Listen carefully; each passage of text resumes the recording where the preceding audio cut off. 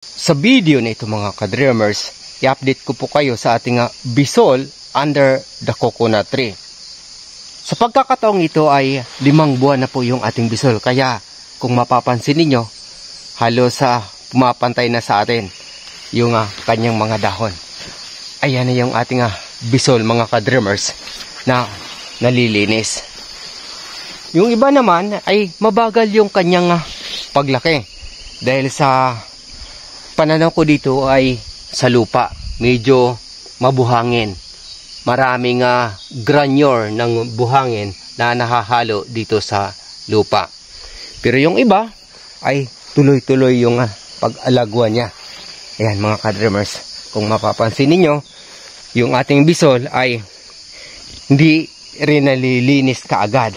Dahil sa sinabi ko nga, na calculate natin yung ating mga punla na makabili kaagad tayo ng grass cutter. Pero kinulang tayo sa budget, kaya ganito yung nangyari sa ating mga punla. Gayon pa man, tuloy-tuloy yung ating paglilinis rito, katuwang si Mama. Pinapangarap natin na mapunlaan pa rin ito ng kamote crops sa pagitan. Ito sa gitna ng ating bisol. Yun yung pangalawang eksperimento natin. Kamote crops under the bisol. Ikutin natin yung area mga ka-dreamers nang makita ninyo yung ating bisol na tinatayang nasa 3/4 hectares. Ayan mga ka-dreamers. Kung mapapansin ninyo, nagkakaroon siya ng alignment.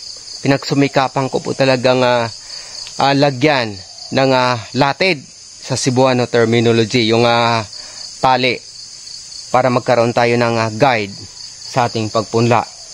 Yung ating sukat na ginagamit dito mga ka-dreamers ay 50 inches kwadrado. Sa gayon, magkaroon ng parity yung ating distribution ng additional soil sa ating mga puno ng bisol. Ayan mga ka-dreamers, kung mapapansin ninyo, dito banda ay umaalagwa yung ating bisol. Pero sa kalagitnaan, nagkakaroon po siya ng damage. Mamaya-maya papakita ko sa inyo yung mga damage na punla natin ng bisol. Kung ano yung dahilan, ibabahagi ko rin sa inyo. Sabi ko nga yung ating bisol under the coconut tree. Sa mga nagtatanong, ang bisol ba ay masilan kapag masyado ng maraming mga puno o lilim ng mga dahon na nakakapasilong sa kanya? Sa pananaw ko, hindi naman. Sa katunayan ito, kung mapapansin ninyo, yung bisol na ito ay umalagwa pa rin. Although, yung puno ng nyog ay dikit-dikit. Ang mahalaga ay malilinis po siya ng mas maagap. At kung talagang hindi na maganda yung lupa, kailangan na rin natin mag-apply ng fertilizer. Sa punla kong ito mga ka-dreamers, isang beses lang tayo naglagay ng abono.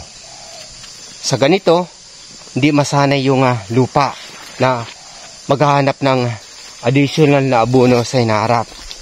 Dahil sa pananaw ko, yung lupa dito ay mataba pa rin. Ayan yung bisol natin sa may rolling area papunta doon sa ating kubo-kubo ay umaalagwa siya. Although talagang halos din na masisikatan ng araw. Yun yung patunay na nabubuhay po yung bisol kahit na maraming puno na nakakapalibot sa kanya. Ang negatibo sa bisol ay yung matubig na area. Ito, kadalasan dito dumadaan yung tubig kapag malakas yung bugso ng ulan. Napipinto dito yung tubig ng ilang oras. Kaya yung ating bisol, matumal yung kanyang paglaki. Ayan, kung mapapansin ninyo, malaki yung agwat doon sa matubig na area kaysa hindi. Ito naman yung nasa rolling area. Medyo mataas sa level ng kapatagan. Paakyat siya. Kaya yung bisol, talagang di rin maganda sa matubig na area. Pero sa malilim, dikit-dikit na puno, ay patuloy po yung kanyang paglaki. Sa katunayan mga ka-dreamers, papakita ko sa inyo yung puno ng saging, tapos puno ng niyog, talagang halos di na masisikatan ng araw. Yan, yung sikat ng araw halos dito lang tumatama.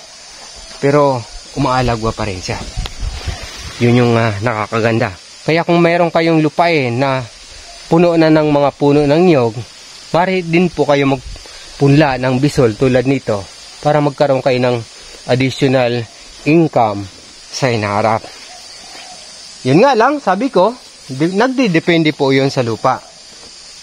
Yung iba ay nagkakaroon ng pangalawang application ng abono. Sa kaso ko, sabi ko nga, isang beses lang tayo naglagay dito dahil sa mataba pa yung lupa. Ito na yung ating bisol after 5 months. Yung damage dito, tinatayang nasa 8 to 9%. Ngunit di naman siya tuluyang namamatay. Nariyan pa rin yung mga puno ng bisol. Ang negatibo lang ay mabagal yung kanyang paglaki dahil sa tubig na napipinto rito. Pero yung ibang area natin, yung ating bisol, maganda yung turnout. Sabi ko nga dun sa ating nakarang video ay mamimigay po tayo ng binhi. Yung ating luya, 50 kilos na ilalaan natin. Tag pa 5 kilos na ipamamahagi natin sa bawat isa sa mga gustong magsimulang magsaka ng luya at saka bisol. Yung bisol, 50 kilos din Hanggang 50 kilos lang tayo. Pamimigay natin. Tagli 5 kilo minimum na ibabahagi natin. Dito lang sa vicinity ng Zamboanga del Norte nang mas madali kong mabisita kung talagang ipinunlaban ninyo yung ating ipinamigay na binhi panimula. Sabi ko nga, ang pagsasaka ay hindi isang propesyon, kundi ito ay isang passion. Kaya kung gusto niyo magsaka, dapat magiging masaya kayo.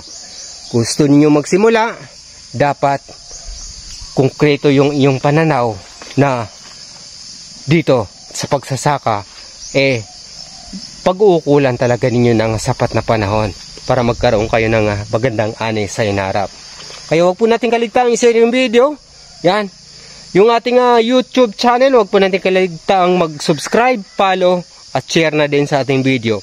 Dreams Visions TV. God bless po sa ating lahat. Thank you, Lord.